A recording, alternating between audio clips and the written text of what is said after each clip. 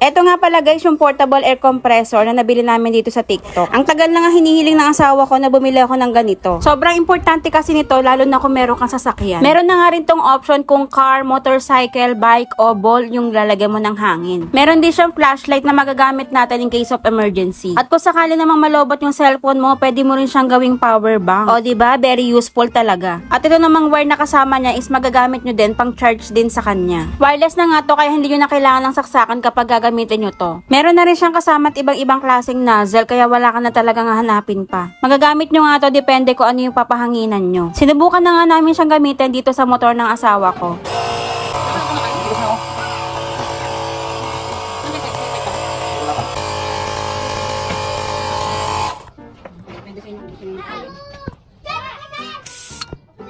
At sakto naman malambot na nga rin tong gulong ng kotse namin, kaya pinahanginan na rin namin. 4 na gulong na nga yung napahanginan namin at sobrang bilis niya lang talaga. Sobrang dali lang gamitin, kaya kahit babae, kayang-kaya. Kaya kung gusto mo rin ito, ilalagay ko yung link dyan sa yellow basket. Buy now mo na agad at i-check out mo na yan.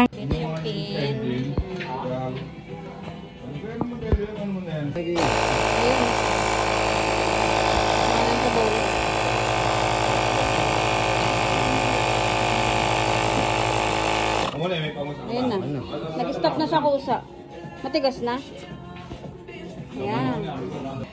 Siyempre, try mo. Diba? Ayan guys, oh.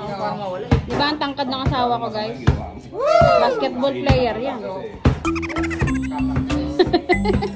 Ayan, dahil yan dito.